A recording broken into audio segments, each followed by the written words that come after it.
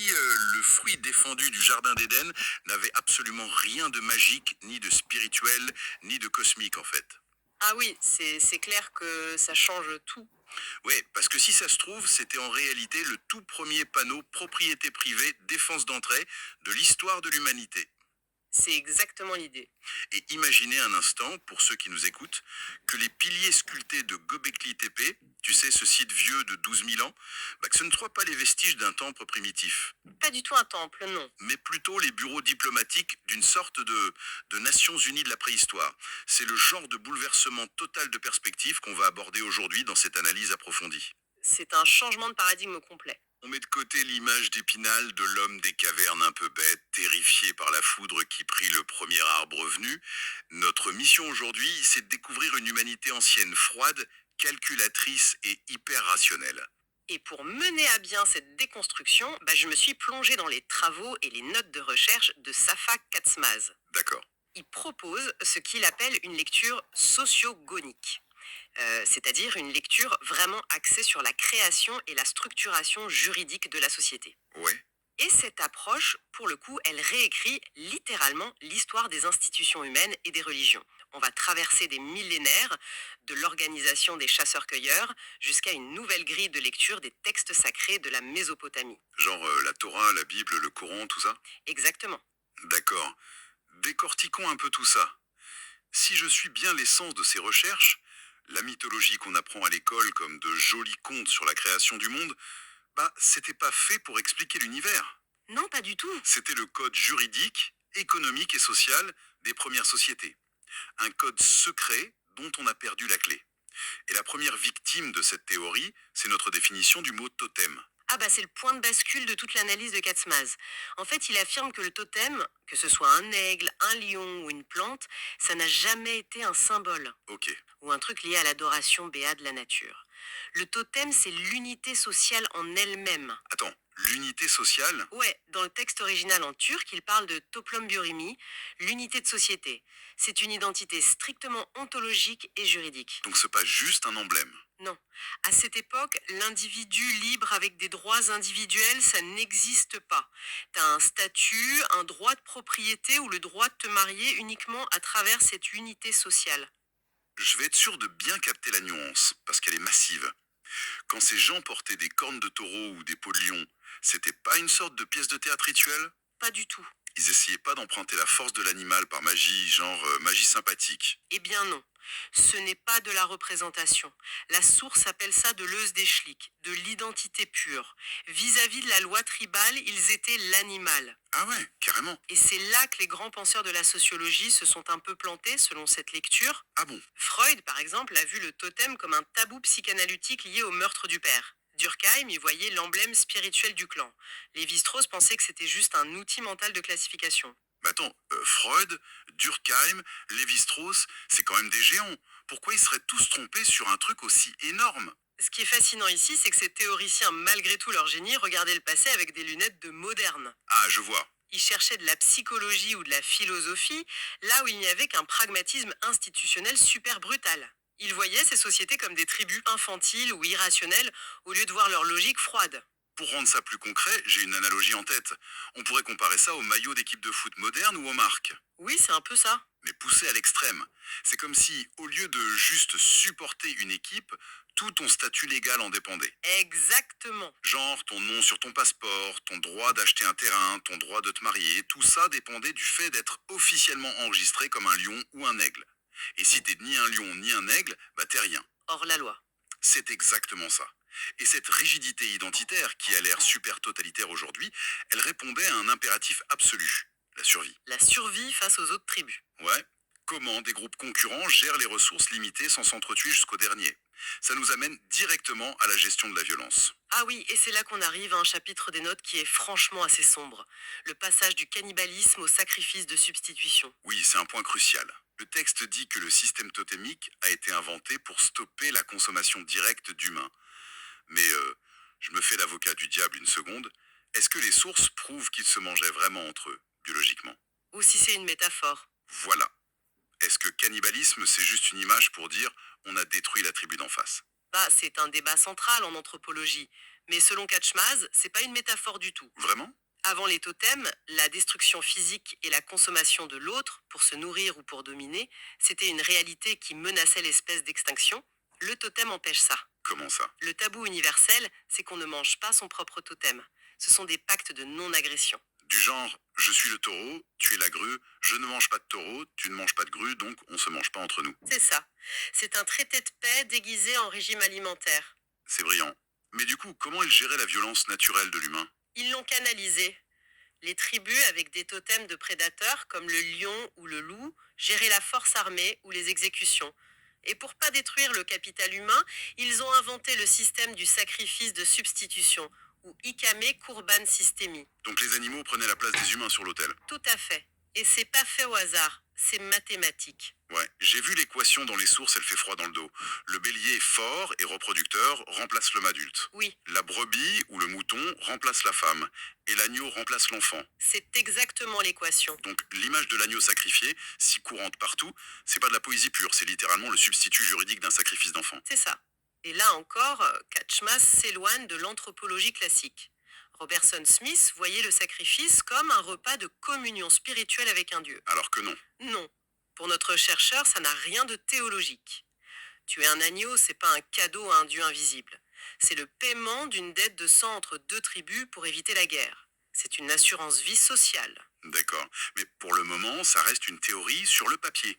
Pour s'en convaincre, faut regarder les preuves et c'est là qu'on atterrit à Göbekli Tepe. Ah, Göbekli Tepe, ce complexe turc vieux de plus de 12 000 ans. C'est là que ça devient vraiment intéressant. Oui, parce que c'est la démonstration gravée dans la pierre de ce système. Sur ces piliers immenses en forme de T, t'as entre 20 et 40 espèces animales sculptées. Et la première génération d'archéologues croyait qu'ils admiraient leur force physique, c'est ça? Ouais, c'était l'erreur monumentale. Mais quand tu regardes bien, il n'y a aucune hiérarchie basée sur la force. Le taureau est à stricte égalité avec la grue. C'est dingue. Le léopard partage le même statut qu'un petit lièvre. L'aigle est au niveau d'un scorpion ou d'un canard. Et c'est là que ton analogie avec l'ONU prend tout son sens. Göbekli Tepe, c'est pas un temple mystique, c'est le siège des Nations Unies de l'âge de pierre. Le parallèle est parfait, ouais. Chaque pilier, c'est le bureau d'une délégation diplomatique. La tribu des grues vient négocier avec la tribu des renards pour des alliances matrimoniales ou de chasse. Exactement. Et les recherches classent ces totems par fonction. T'as les prédateurs, comme l'aigle, qui gèrent la défense. Ok. Les offrandes, genre le mouton ou le porc, qui fournissent les sacrifices de substitution. Les tueurs sans effusion de sang, comme le serpent, qui géraient sûrement la médecine ou les poisons. Attends, je t'arrête sur la quatrième catégorie parce que ça m'a fait bugger. Les oiseaux migrateurs. Le canard ou la grue. Oui, Je comprends l'aigle pour l'autorité, mais le canard, pourquoi sculpter un canard sur un pilier monumental? bah c'est là qu'on voit leur génie logistique.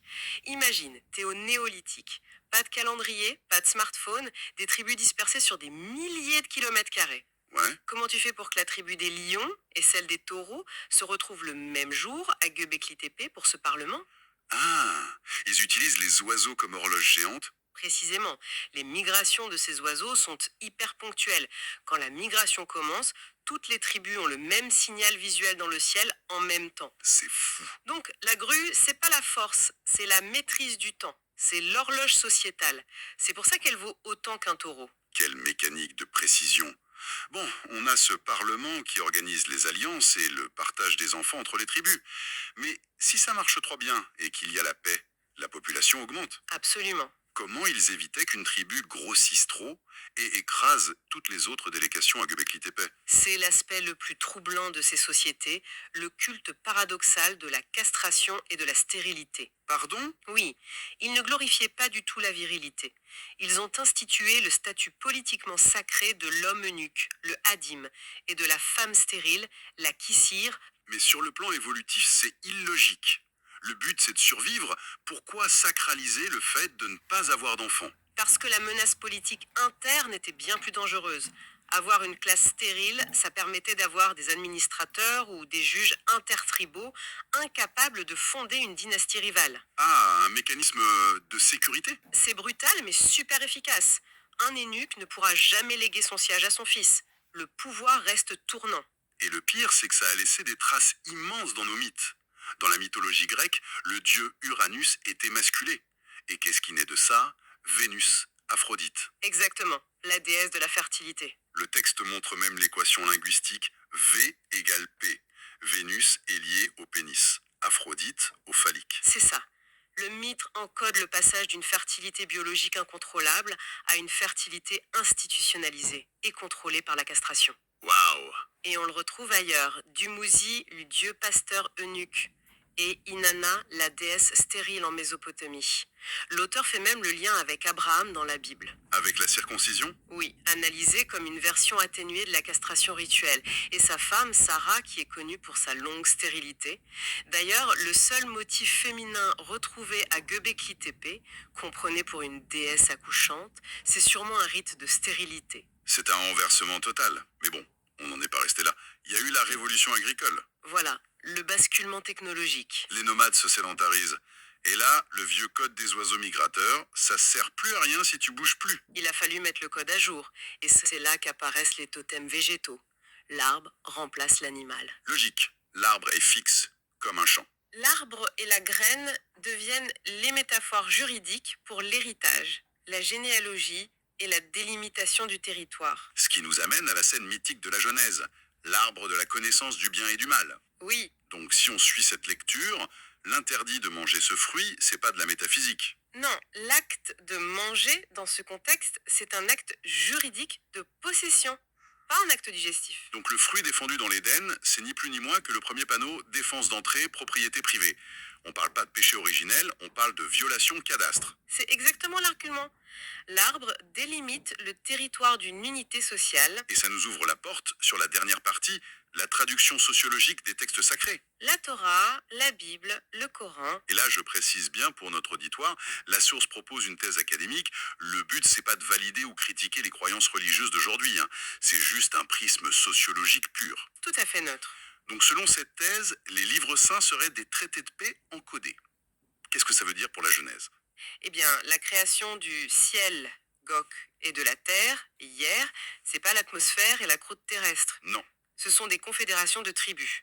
Le ciel, c'est l'alliance des bergers nomades d'Akkad. La terre, c'est la confédération des agriculteurs sédentaires de Sumer, symbolisée par Adam, fait d'argile. Ça donne le vertige de relire ça comme ça.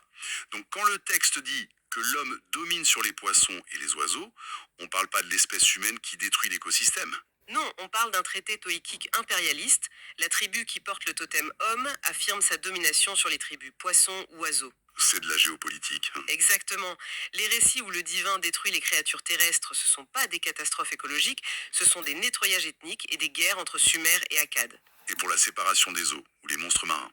La séparation des eaux douces et salées, c'est la séparation de deux rituels de purification concurrents. Et les grands monstres marins, c'étaient les hauts prêtres du dieu Enki, liés à l'eau salée.